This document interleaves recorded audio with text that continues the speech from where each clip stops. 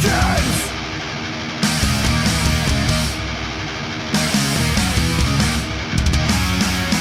Get to the chopper. It's the only way out. Get to the chopper. Get to the chopper. Get to the chopper. Get to the chopper. Get to the chopper. Get to the chopper. What's up, everyone? On this episode of On the Set for October Horrorfest, I'm checking out The Fly 2, the sequel to the 1986 remake. Several months after the events of the first movie, Ronnie gives birth to an actual larval sac and then dies. Wow, so her nightmare from the first movie actually happened. Damn. Anyway, the sac opens up and reveals a normal-looking baby. The baby's adopted by Bartok, the CEO of the company that funded Seth Brundle's research in the first movie.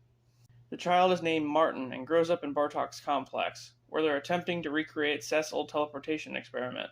Martin is rapidly aging and has superhuman reflexes and is highly intelligent. One night, he goes snooping around the complex and finds a dog in captivity. He makes friends with it, and then the following night, he goes back to find the dog no longer there. Martin stumbles upon a viewing booth overlooking an area where Seth's telepods have been set back up. Unable to properly teleport living material, the scientists teleport the dog and it comes out horribly disfigured. We then time jump to 2 years later, and Martin looks like he's 25, but he's only 5 years old. Bartok offers him a job repairing Seth's telepods. As he's working, he meets an employee named Beth, who he gets really close to pretty quickly. Martin shows Beth how he perfected his father's work by successfully teleporting a kitten. But, by this time, his physical appearance starts to mimic that of his father, showing that he will eventually become a fly as well. He comes up with a plan to cure himself, which is basically the same plan Seth had in the first movie. He needs to teleport with another human so that he can use their DNA to purify his own. The problem is, whoever the other person is will end up with all the fly DNA, making them a mutant. Well, you know what they say, fuck 'em. A bit later on, Martin finds out the truth about his father, not knowing that he became a fly. He goes to Bartok, who reveals that he's been using Martin's condition and the telepods for his own personal gain. What a dick. Then, he escapes and goes to Beth to tell her what's going on. They decide to visit Ronnie's old friend, Stathis Borans, the guy who got his hand melted off in the first movie. He tells them that the telepods are the only way to make Martin human again. However, as Martin starts to get worse, she surrenders to both of them to Bartok. Back at the complex, he interrogates Beth for the password to activate the pods, and Martin becomes a full-on fly. Sorry, guys. Looks like I lost him.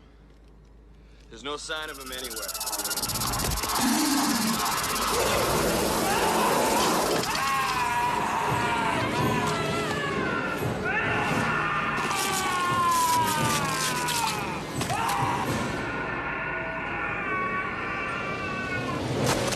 He saves Beth and drags Bartok into the pod with him, with Beth helping to activate the pod, teleporting them both.